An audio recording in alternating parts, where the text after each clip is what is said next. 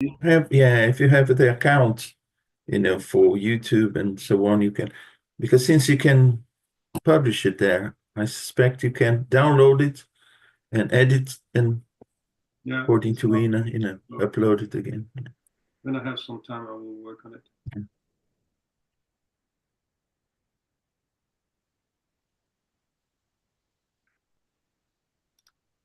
But I think, Muni, for that you need another program to upload from YouTube. I see. It is not as straightforward. Forward.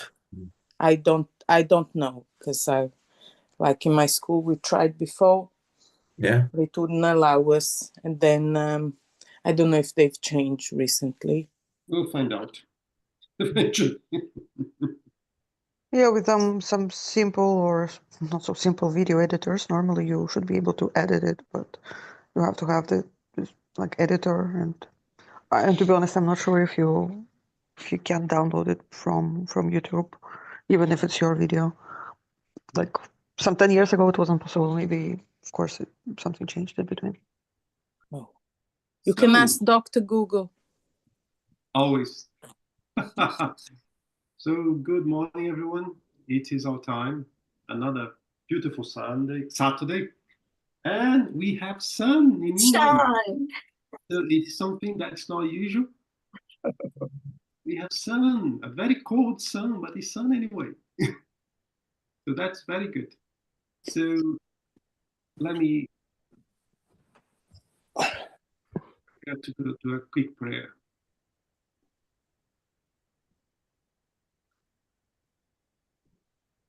Master Jesus, my spiritual friends, another beautiful Saturday, starting with another great study about mediumship.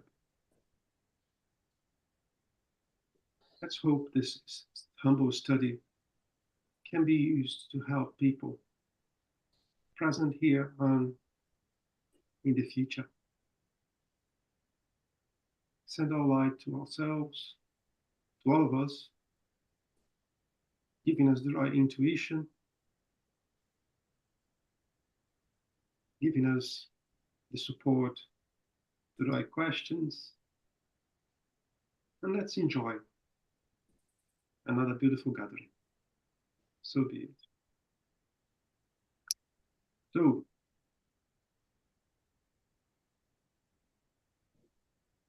let me share the book with you all.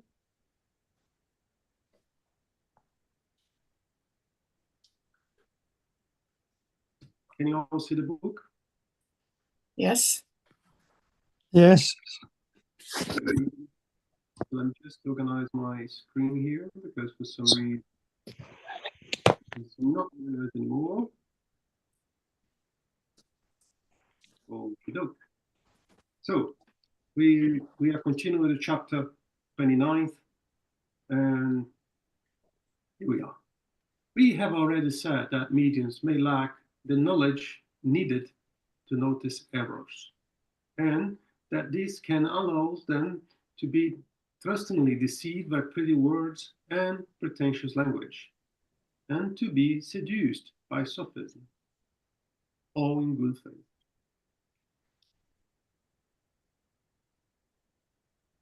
This is very important, because all the mediums can be facing what is described here. Every single one. Because there isn't a single person who knows everything. We like to believe that we know more than the others, but that's not true. That is our ego talking. So that's why you will hear me saying over and over and over that we all must study. That's the only way I know that will bring us the security required to perform mediumship, to help others and to help ourselves. And he is very clear. Mediums lacking the knowledge. Right? So the knowledge is something that we can acquire. We cannot buy, we cannot get from somebody else, but we can acquire. To get a knowledge about something, there are more than one way to do it. The easiest way is through a good reading, a study, using good references about the subject to allow you to have a broader spectrum understanding of the subject. In our case, as we're speaking about mediumship, so far, the only one and the best one I found is the Medium's book. Because everything I could see up to today is there. And I'll give you an example. There are people that are really going to studies, exercises of poetry. And that's very good. That's very good. He's in Kardec. He's there in Kardec with a different name. Is the detachment of the perispirit from the physical body. It can happen more than one way. I'm not going to in depth here, but it can happen by more than one way. But is there? There are other things. And over the years, what comes to my attention is that sometimes, because we are so orthodox, if I may use that word, we do not allow people to develop some of the subjects further. And then a person or a group of people, they decide to continue studying on that path. And as they do not feel well received or no respect or whatever by the spiritists, they start to create their own thing with their own name, but doing exactly the same what we do. Using this topic that I said, this apometry as an example, we use that in our mediumship meetings. We don't have a mediumship meeting only using that technique. But when it's driven by our benefactors, when that happens in our mediumship meetings, we do it. Right? So this is just an example for you guys. Knowledge. Knowledge is important in our professional lives. Knowledge is important also here in spiritism/mediumship. Without having this knowledge, we can be caught with short ends. We may fall into a trap because, as we already know, there are a lot of spirits that are not highly evolved and they have different interests. And they may want to have fun with us. They may want to have a laugh with us, of us. So we need to be prepared. Do I think that I will ever be ready? I mean, I will ever know everything? No, it's not possible. No, I don't believe at all it's possible.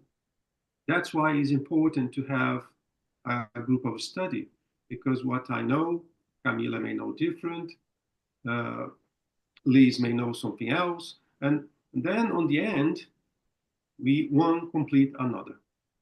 All right?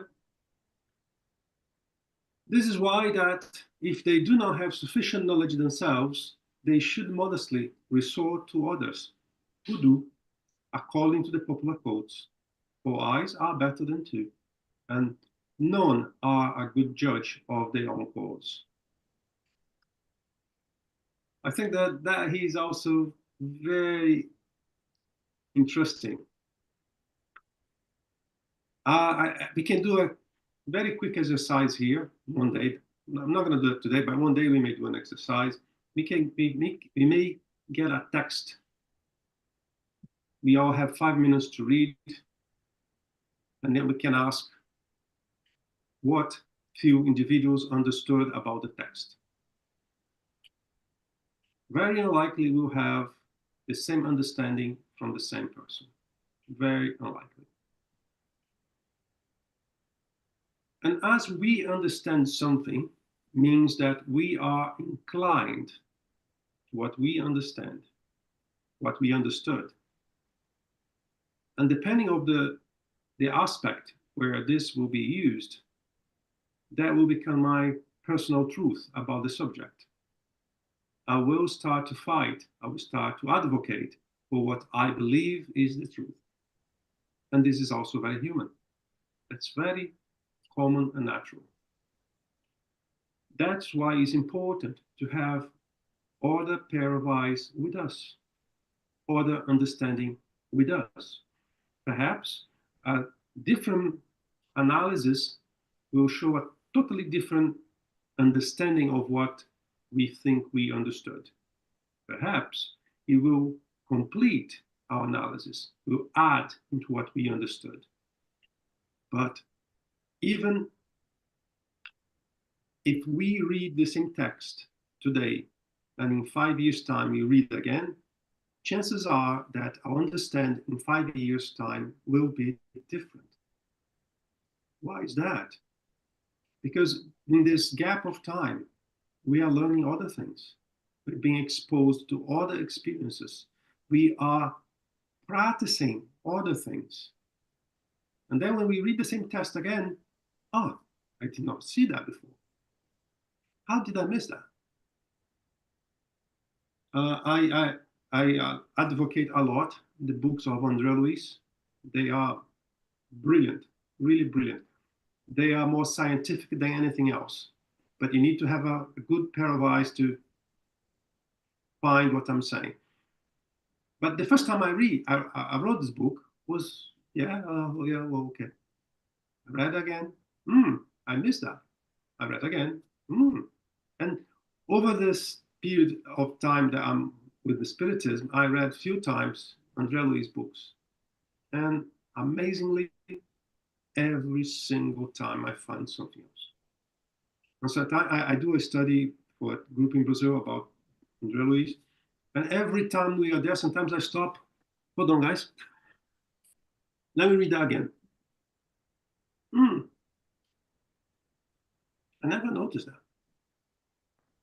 To show you guys that is even when after we get prepared to do a lecture or a study or something, when we read again in a different circumstance, we find things we could not see before.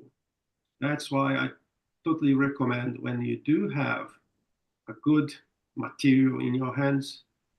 I'm not saying to read that constantly, but from time to time, go back over there. Have a look. Perhaps you'll find something else. On those lines, I had a contact with one guy that used to be part of one of those organizations back in Brazil, Spiritist organizations back in Brazil. And he said something one time that was very clever. Sometimes we buy a book and we do have a difficulty to swallow what is written on the book. We don't believe, we don't want to believe, we think it's totally wrong, and our reaction is to throw the book on the bin. And he says that don't do it. Get this particular book, keep on the shelf. Have a particular place on your library where you keep books that you're not very comfortable with, or you don't believe they are right, or you think they are wrong. Keep the book there, in that particular shelf. Because eventually, you may decide to revisit that book. Because over the period of time, you've been acquainted, you learn different things, and you start to change your perception. And then that book that you thought was totally a nonsense is not a nonsense anymore. That was your own limitation to perceive and to understand the subject that was described in the book that made you think that was totally a nonsense. But that was purely lack of knowledge. It happens to me. I'm pretty convinced it happens to a lot of people. Because things that today I say, yeah, that's it. That was not always like that. I had difficulty to understand. Or I did not agree at the time. Remember that as a human beings that we are, we have a tendency to be formatted When we went to a school, when we were kids, whatever the teacher was telling us was the truth. We grow up with that in mind. No, because it's even normal to believe like that, to act like that. Because I have someone that's way more experienced in life, who has a degree, who have a study, and this person is study everything, I have no clue about it, and give me everything ready. And then I start to embrace that as my own truth. And the Spiritism is not different.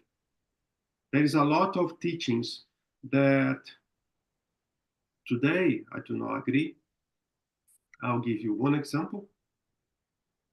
When I was, and by the way, I was born in a Spiritist family, so I'm very young on the Spiritism groups. But people, they used to say that to become a medium, you have to study 5 years of gospel, 5 years of the Spirit's book, 5 years of this. Basically, you need to go to a massive university of Spiritism teachings to allow you to, only then you start to study the medium's book. But this is not enough to grant you a place on a mediumship meeting, not at all. Because we can only have one mediumship meeting per group, per Spiritist center, if you like. And all the seats are taken because we also have a limitation in numbers around the table. So basically, you need to go through a massive degree of Spiritism and wait someone to discarnate. So perhaps you'll be one of the ones chosen to be replacing that person. That was what I have learned from the beginning.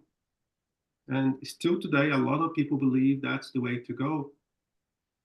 And through my learning process, I saw that was a bit of nonsense. I saw that as a lack of charity. I saw that as me, because I was afraid of doing something different, not doing so, and not helping others.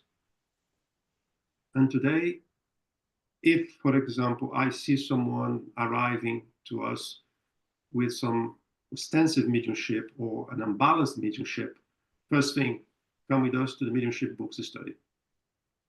I need to see if you are really willing to do something. If you are really willing to do something, if you are committed to solve your problem, because it's not a problem, then I'll bring you to a mediumship meeting. Because we don't learn mediumship in a book. I'll rephrase that. We don't learn how to control our mediumship in a book. We learn the principles in a book. We learn the theory in a book. Learn how to control and how to use the mediumship. There is only one way. Through the practice. So that was just one example to see how everyone can migrate their perception over the years. And again, I encourage you all not to trust what I'm saying, but to study. Get the book yourselves. Read it. Talk between yourselves. Talk to other people. And you may have a totally different and beautiful experience than I had. And you have perhaps a more complete experience as well. That's why study and study and study again. And I think it was the last week, Munir, that we were talking about what are you going to do on the end of the book, wasn't it? Yeah. You're going to start from the beginning again. Today, we have a different team in this group than we had when we started. A good number of my friends are still here with us. But we had new friends now. People that haven't had a chance to have that conversation about that topic before. Not only that, I truly believe in what I just said a few minutes ago. When you go into this book again, we'll find something else. Something that the previous group didn't have the opportunity to find. So this is, to me, this is a continuity. And us, in my opinion, there's a lack of places where we can be exposed to this kind of information, I believe that's the right way to go. Anyway,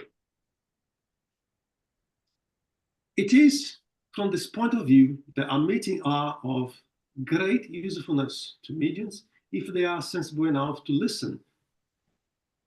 Look, pay attention to that. If they are sensible enough to listen to advice. Sensible enough to listen to advice.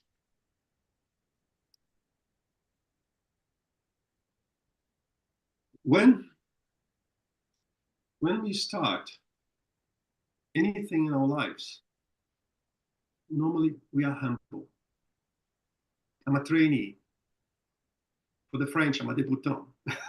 I don't know nothing. I'm here from the scratch, right? And then I'm willing to listen to everything. And then I start to think that I know enough. A little bit more time, I start to think that I know more than the person that was teaching me. And I'm not speaking about spiritism, I'm speaking about everything. That's a risk. That's a risk. Because when we become so proud about what we know, we may neglect some of the safe measures, some of the important points that we should pay attention not to fall. On the spiritism, it's not different. It's exactly the same. Listen to advice. Even if this advice is hurting your hearts, listen. Why I'm saying it's hurting my heart, like, because I'm a proud being. I don't like to hear anyone coming to my ears saying that I'm not doing a good job. It hurts me. This is human. But even when somebody comes to you and says something that hurts you because you think you're doing something different, listen. This advice or this opinion may be wrong, but may be right. If it's wrong, you, through your studies, through your good practices, through your good support, you will find out that what. I'll give an example. Munir will come to me, Guilherme, you're doing something wrong. This is wrong, you should not say that, blah, blah, blah, blah, blah, blah. Okay. Through the study, through a bit of time and patience, I will be able to sustain my opinion, my position, because I found enough information to encourage me to continue on the path. I'm not saying that could be bulletproof, but that's one of the possibilities. Or Munir will say that same thing to me. I will analyze, I will search information, I'll speak to other people. Well, I don't like, but perhaps he's right. And then we avoid a lot of trouble to ourselves and to the people around us. Because imagine if you are one of the persons leading a group, a mediumship meeting, and if you're going on the wrong path, you're not going alone. You're taking some other people with you. And the spirits who do not want you to go on the good path, they do a lot to push you to the wrong path. And you will not see. And again, you're bringing other people with you. That's why I always advocate that everyone on the mediumship meeting, on a group, needs to study, because that will give the same condition to everyone to analyze all the facts. That will give the condition to everyone to be that life raft to someone that's going adrift. And there's no boss on a mediumship meeting. There's a group. There's a working together thing, mentality. And if someone is, again, going on adrift in the wrong direction because got a wrong wind coming, we all there together. So just throw a life buoy, like, bring it back. Sometimes the person don't want to come back. And I saw that happen. But as a group, we need to be prepared to do it. And there's only one way to be prepared to do it, through study. Because guessing is not safe. I think that, no, you don't think. You need to be sure about what you're talking. You need to have solid information, solid experience to allow you to throw that life raft. Otherwise, instead of you pulling the one adrift, you will be pulled in that same direction. Hi, Munir. Hi, Guilherme. Good morning, everyone.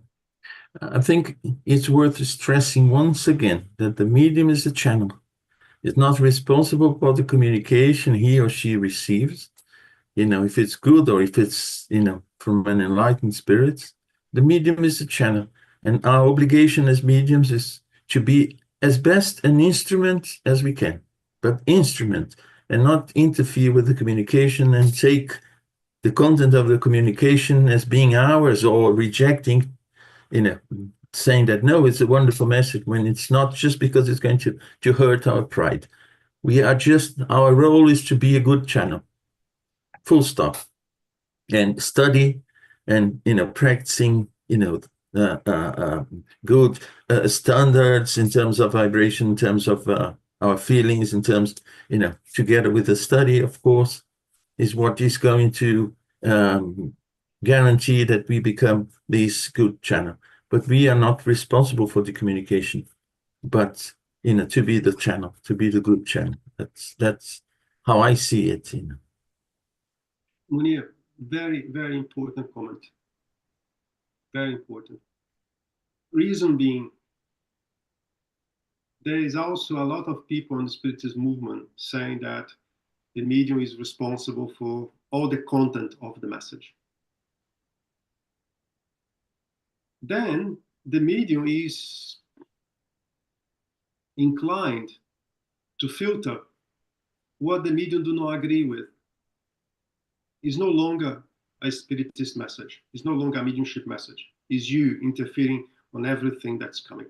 So then it's not okay. It is acceptable in the beginning when we are learning. That's part of the process. This is a learning process. May take a few months for one, may take a couple of years to another one, may take a decade for another one. Doesn't matter. It's a learning process. That's fine, very fine. But we should not put ourselves in a condition of being a medium/editor of the content that's coming through, right? I would say that if the medium have any reflex, any physical reflex, bang the table, throw anything at someone else, yes. That moment, yes. And by the way, I saw already a Spiritist book flying on the mediumship meeting, because there was a beginner, and she was not happy with the conversation that the spirit was not happy with the conversation, got hold of a book, whoa, and throw. I've seen it, right? On that particular case, yes, the medium should control those reflexes. Even though on the beginning, as I said, on the beginning we are learning. That wasn't wrong when that happened, because she was also learning, 10 years later, yes, don't do it. You have enough information to allow you to know that's not okay. That you can control. Amelia? I can note your comments, made me think about the mediums, because sometimes in a group you have one particular medium who receives usually messages from very heavy spirits in terms of vibrations, and sometimes very aggressive. And then if we think that the type of spirit that communicates through a medium has to do with the moral standard of the medium, we are totally wrong, because sometimes that medium is so developed in terms of, restraining the spirit, the manifestation of the spirit, not punching other people, not, doing things. And in terms of fluids, it's the only one in condition to receive that kind of spirit. That's why that medium receives those heavy spirits, and some other mediums, they don't, because perhaps they are not in a condition to support in terms of fluids, in terms of the aggressiveness of the spirit, what needs to be supported. So to think that oh, my message is always good because I'm an enlightened medium and I only receive, no, it's the contrary. Actually, it shows that we only do the easy job, because the heavy one is done by those who are really prepared. Indeed. The way things work in a mediumship meeting, the benefactors, they are the ones that will decide which spirit can come through, can pass a message through a medium, right? And the way they will prepare this is based on science. It's not because they like Munir, they will send this spirit to Munir. I don't like Cherry, I'll send this spirit to Cherry. No, that's not at all. The way it works is that we have our energy, we have our fluids. So the benefactors will start to see what kind of fluid will vibrate on the same conditions, on the same amplitude, on the same, may create a resonance with the spirit, and then they can talk together. All right? Sometimes, for example, I have Cherry. She's very sweet. She's a very nice person. And for some reason, she gives 99% of voice of spirits who are very not nice, And then she may start to think, oh, I have the same vibration of those spirits. I have the same moral elevation of those spirits. There's nothing to do with that. Nothing at all. Nothing at all. And a lot of mediums are afraid about giving voice to a type of spirits because they think as well, we have 12 people here in the room. At least 10 will start to think that I'm on the same level of that spirit. So sorry, you're not going to talk. And that's not that. Let's think about an enterprise. We are a spiritist enterprise. As a team leader, I have to see which of the members of my team will be able to do this activity. I will not get someone that only knows mathematics to do a labor work, for example, lift weight, because it's not going to work well. He will be able to do it, but not to the point that I want. Likewise, I will not ask a physician to build a home, because there are different type of knowledge, different type of experiences, right? And came to my mind here what one person that I love very much used to say to me.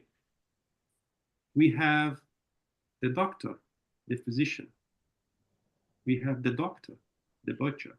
We have the doctor, the builder. Everyone on the particular type of work is a doctor. And a physician is not able to build a home. Regardless if he or she has a lot of money, will not be able to build a home. So the physician, the doctor, will need a doctor builder to build the home. So there is no, in a mediumship meeting, there is no difference between medium A, B, or C. They are medium with different characteristics. They are medium with different level of apprenticeship, if I may say like that. Because we are not expecting someone that started 3 weeks ago to be able to have the same level of flexibility than someone that's here for 10 years. Mediumship is something that can and will be developed if the person is serious, committed, and follow what I used to call the guidelines, the good guidelines. Sometimes you think you're not even a medium.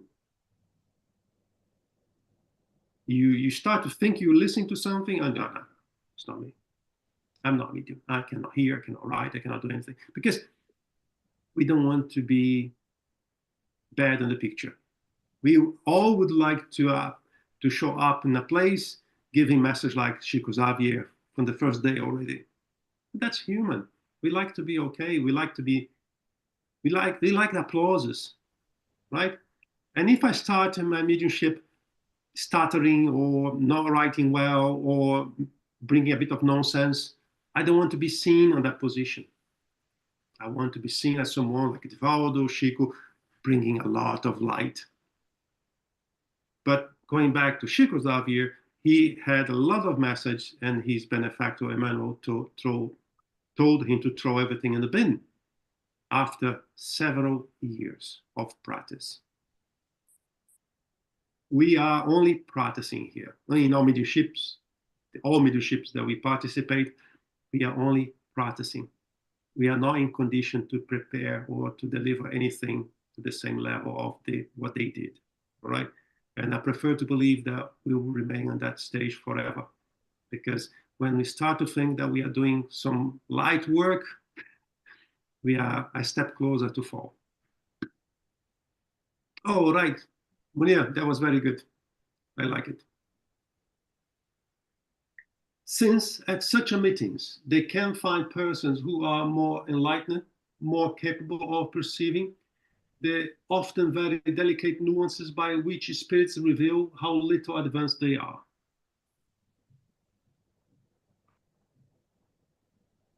One of the things that happen very often too is something that stops us to doing a lot of good things. The fear. The fear. Ooh, I'm feeling that presence around me, and it's heavy. Sorry, not gonna happen. That's fine. We are learning. We are learning. And what I just said could be a spirit that is not even that bad. But I'm really, really afraid. I'm really afraid. I know people for many decades that they didn't allow their mediumship to flourish. They participate on mediumship meetings for decades, and they did not allow that to happen. One of them, now that he's a senior citizen, sometimes he comes, sometimes I think I'm not myself. Sometimes I'm thinking, yeah, this is mediumship. But I saw that many years before. This is mediumship.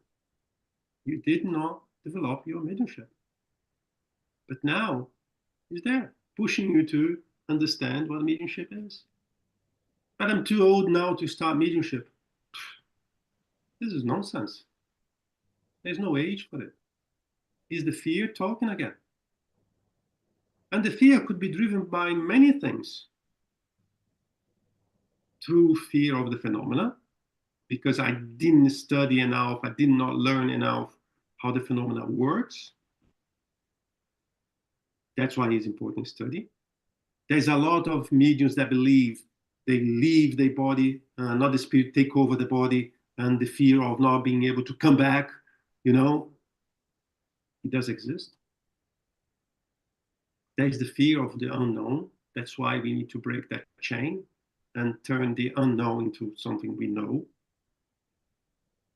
There is also the fear that I may not willing to stop doing something that I like to do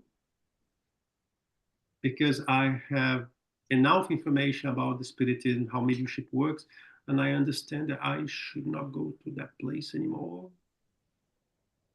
Spiritism does not forbid anyone to do anything. Anything. If you hear someone tell you, you cannot do or you cannot come here. Okay then. But the spiritism does not punish anyone for doing what they want to do, or does not tell anyone, does not tell you must not do something like that. No. Spiritism will give you advices. You should not go in that direction. You should not continue doing so because of this, this, and this. But then you are free to do whatever you want to do. And some of the people that they are facing those doubts, ooh, I like very much to do that thing. And I know if I do that thing, we're not working well when I develop my mediumship. Then the person is more inclined to do what he or she like to do instead of being a bit more serious and develop the mediumship. So this is type of thing that may come in a way that make things a bit more difficult. It happens more often than you think. More often than you think. We are here today, right? Almost 11 o'clock. There was a perfect time to be playing a football, to having my first pint.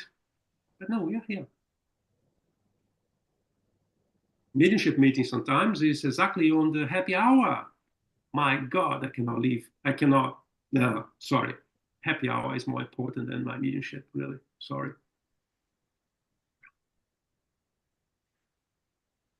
I'll tell you something. Mediumship is a viability. If you want to be surrounded by good spirits, you need to be available. Being available means being available to work with good spirits. What do you mean work? Do charity. What we do in a mediumship meeting is charity. What we do in a study is charity. Because you may do not know who is around you, but we are not alone. None of us are at the moment. There's a group surrounding us, listening to what we are listening. Being available is very important. I'll give an example. Lease. Well, the benefactor will come to Lease. Lease, I'm sending you a person that needs to be helped just now. Well, right now I can't because I'm already had an appointment with my friends. We're going to the cinema. Maybe in 2 hours time, yeah, I'll be okay after that. But then after the cinema, of course, why not? Have some drinks, have some meal, have some wine. I'm not against it at all. But then the person that was in need of help did not have 3-4 hours to wait. Did not. Am I advocating? Guilherme, you shouldn't make public my appointments. Come on. I will, don't worry. And there's not like I'm not advocating that we should not have this or should not have that. But I will just give you one event that happens to me. So then at least we will not feel that on the spotlight. I like wine. I really like wine. I lived in France for so many years and I learned how to like wine, good wine. My mouth is watering, by the way. And one day I was at home. I had plenty of spiritist activity over the night when I was back in Brazil. I think about the same as here, every night is something different. And but that was something like 9 o'clock in the evening. There's nothing else anymore. And I was passing the adega and the wine calls me. Hey, I'm here. You deserve that wine. Come on. You like it. I'm a Bordeaux. You love Bordeaux wine. I say, oh my God. Yeah, I have no activity anymore. I have anything anymore. I brought the wine at home. I opened the bottle at home and I started drinking the wine. There's nothing wrong with that. Maybe I had what? 2 glasses, 3 glasses, no more than that. And the phone ringed. That was my brother asking for help. The help that he needed was both physical and spiritual. My first problem, I had to drive. And legally, I was not supposed to drive. And I was alone. I had no one to ask.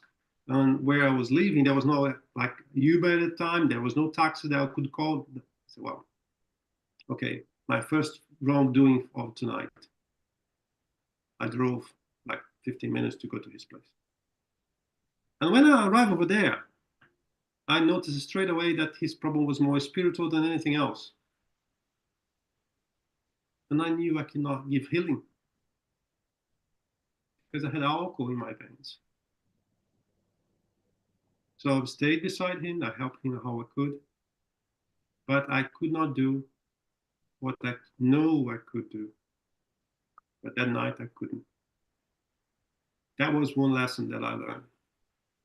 Right? Again, I'm not telling anyone not to drink wine, right? I'm just telling you, sharing an experience. Hi, Liz. No, this example that you gave about your own experience, Guilherme, is so important because we have these calls all the time. Mm-hmm. And, exactly in the way that you say in your head, that conversation we have, oh, it's just one. It's not going to hurt you. Mm-hmm. It's just a little, it's just one day. It's not going to hurt.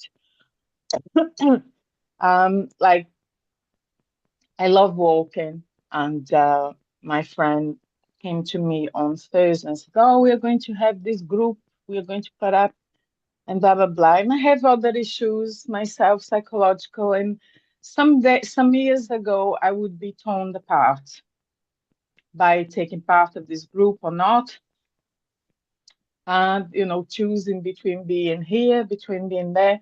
But as studying and as understanding my life and purpose and everything, I said, look, what time is it on a Saturday? Is it in the afternoon? And then they're like, no, it is in the morning. It's just 9 o'clock.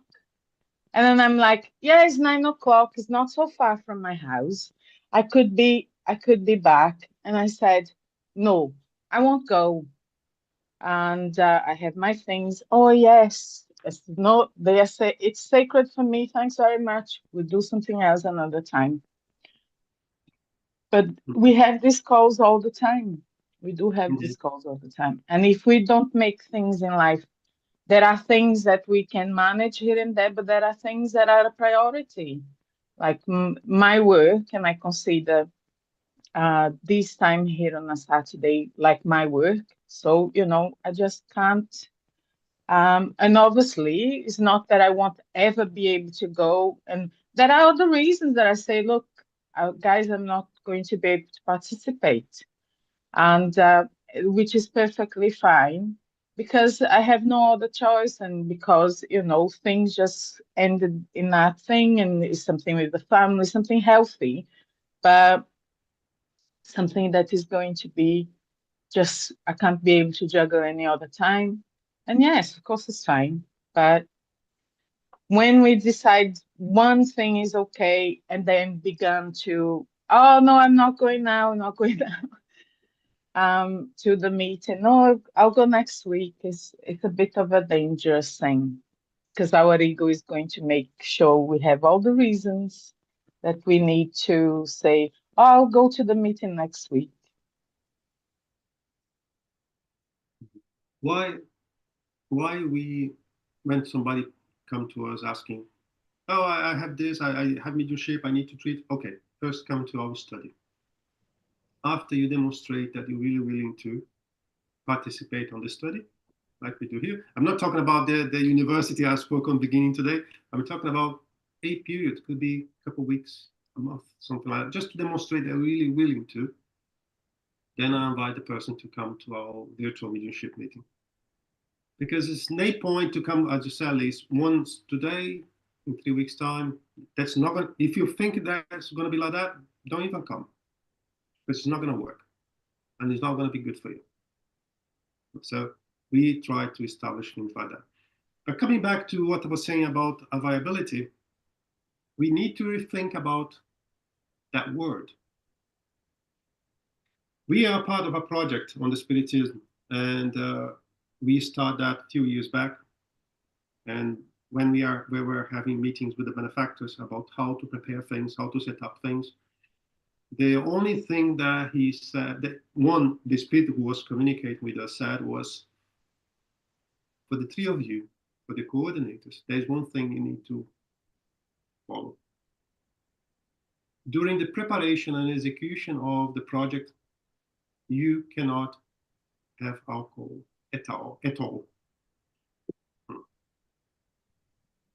Okay? I drink very little anyway, but that instruction was a bit, And I always ask, why is that? And he was very, very happy to answer. As ever, every time when we try to do something that's good, there is always a group that don't want you to start doing that thing. And alcohol will break your defenses. Is that enough for you as an answer? Yes, thank you.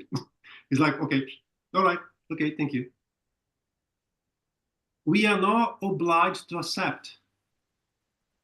But if you want to accept and do something good, we need to follow the guidance. Otherwise, we will be unprotected. We could be in a situation that we don't want to be. Okay? So, did I say everything? I think I said enough about that, right? Availability, keep that word for yourselves. Think about when you want to be available. Think about how the depth of this word, because availability is something you will need to face through your path on the mediumship. Hi, Camila. I was thinking, right? Because this week I tried to research a lot of things and learn, right? Then I was thinking, like what you said, right? Like we needed to change our habits, and the habits is hard to change, right? Because we have a pleasure as a human being there to drink wine or whatever, what we do, right?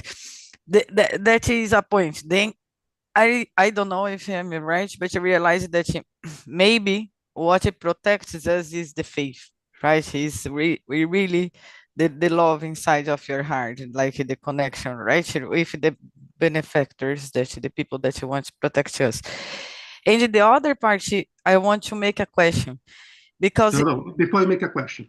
Okay. Much. What you said is one of the best excuses we used to hear. Our heart is what protects us. That's us telling us that we're okay to go. We are okay to continue doing what we like to do. Because when I'm speaking about alcohol, drugs, cigarettes, and things like that, love will not protect the cells of your physical body. And the perispirit interacts with the physical body. So this is science. This is no religion. This is no crazy thing. And your love will not make going back to the alcohol because it's easy to explain, the alcohol will remain in your bloody cells for at least 24 hours. The love will not change that. When we donate fluids through healing, through ectoplasmy, for example, what we are sending, and I'll make one good question to all of you. You don't need to answer me, but you can answer to yourselves. You need someone, your kids. You have a 2-year-old kid that needs to have a healing, a pass to many. And you take this baby that you love very, very much to the Spirit Center, and you have 2 mediums to give the healing. One, they had alcohol yesterday, today during lunchtime, and I think because that was during lunchtime and I had alcohol with food, I'm okay to give healing around 1800. And I have another medium that does things in a different way, that his physical body is not affected by any chemicals. You as a mom, as a father, which medium would like your baby, 2-year-old baby, to get a healing? Think about that.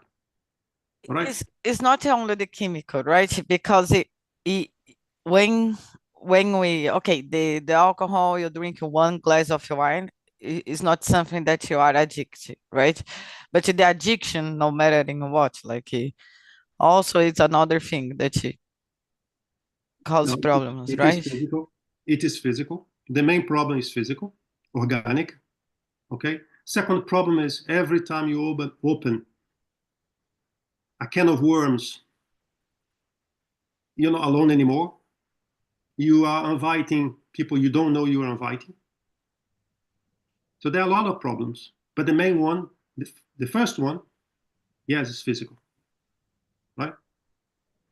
So now you keep that answer for yourselves, and that will help you to decide which kind of medium you want to be. So, Camila, can you please continue your question? No, that was helpful. But the other question is about the communication, right? Because okay, I understand that after a while you have more control, right? It's you that are in control of the spirituality, not the spirituality that control you, right? No, can you explain that a bit better? Because you were speaking about the communication, like the medium need to be the tool and the best tool as possible for the spiritual world, right? Mhm. Then we have these mechanical things, right? I think that is the most accurate communication because the spirit will have the medium has know how to interfere, right? It's more accurate. But how the medium you have the control when the is mechanical is because the spirit is of the medium is there, like if something bad will happens, the medium will be able to come back. How do develop this control? Okay, let me go to the basics. Very unlikely we will find nowadays a mechanical communication, period. Very unlikely. Very unlikely. So none of us may need to be afraid about it. And even when we have 100% mechanical communication, we are also having our benefactors beside us to give us the security required to do so. But as I said, we don't see mechanical communications anymore. So we are there, right? So I don't expect the medium to be frozen, just moving his mouth. I expect the medium to allow the spirits to take some degree of control, because through the medium's expression, I can see what's going on as well with the spirit. Through the words that the medium is not filtering, I will also be able to know what the spirit is really trying to say, what he wants to say. Because even when we leave 100% of the control to the spirit, we interfere a bit anyway. There's a normal interference. We cannot eliminate that interference. That's very normal. But what we should not push is that I will control what the spirit will say. For example, Camila, she likes to talk a lot. And when she comes to talk to me, the first sentence, stop. Okay, go on now. I think, okay, stop. You're not allowed to think. Go on. I would like to, no, you don't like to do anything. You're here just to pass a message. So I'm not even allowing her to talk. And as she likes to talk a lot, what do you think she's going to be? To start with, unhappy with me. So we are talking with human beings. The only difference is that they are discarnated and we are incarnated. So what we would not like to happen to us, we don't want that to happen to them. All right? Is that okay, Camila? Because I have another hand for Liz. Liz, quick one. No, just getting something that Camilla said, that with experience we learn how to control the spirits. I don't know if she really meant that, but I don't think my view that we will ever be able to do that. Even from incarnate to incarnate, we can't control anybody. So that is what I would like to say. Good point. Good point. It's more control the phenomenon, right? How they can use the tool, right? Mhm. That was my fault, like that probably with the time. All right, then let me just stop sharing. It is the time where Rafael will take over, but Rafael is not here. Will anyone take over the vibrations? Ah, she's there. All right. So it's all yours.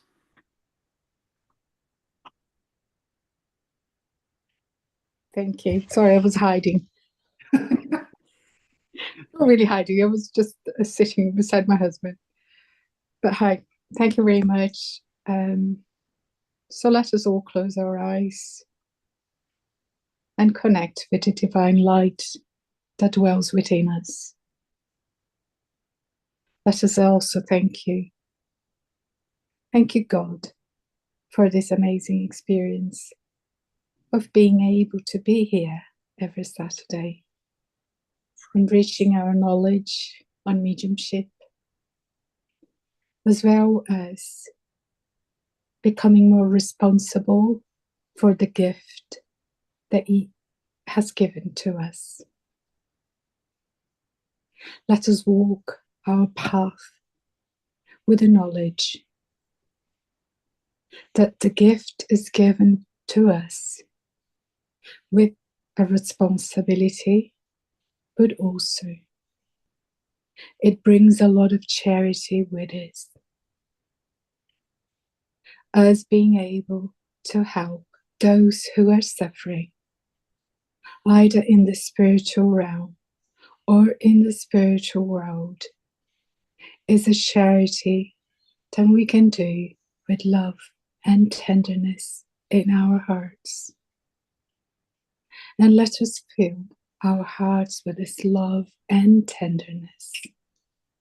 And let us all together vibrate today for all of those who are suffering in the world.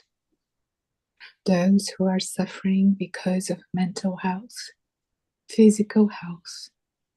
Maybe you know someone that is going through a difficult time at this moment. So bring this person to your mind. And let us all send loving vibrations, salutary vibrations, healing vibrations to all these people, as well all of those who live in zones of conflict, of war, those who are in hospitals, maybe with terminal illnesses, with their beloved ones around them, worried of being left behind. Let them understand that the passing is just a phase, that we may meet them again in another time, in another life.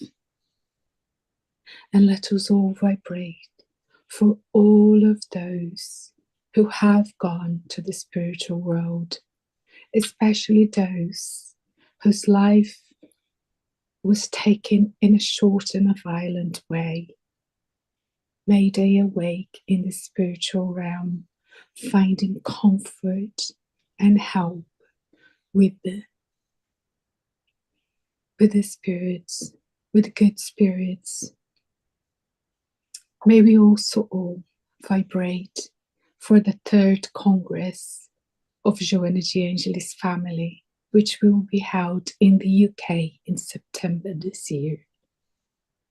May this be a place of light. May this be a place of transformation with the blessings of the benefactor Joanna de Angelis. And may our house, our home, be filled with love, be filled with light, and may our hearts be filled of light and love as well. And so be it, and so it is. So be it. Thank you. Very nice. Very nice. So looking forward to see you all next week. Oh no, not next week. Maybe week after. Oh, okay. Thank you. Amazing. Bye. Thank you.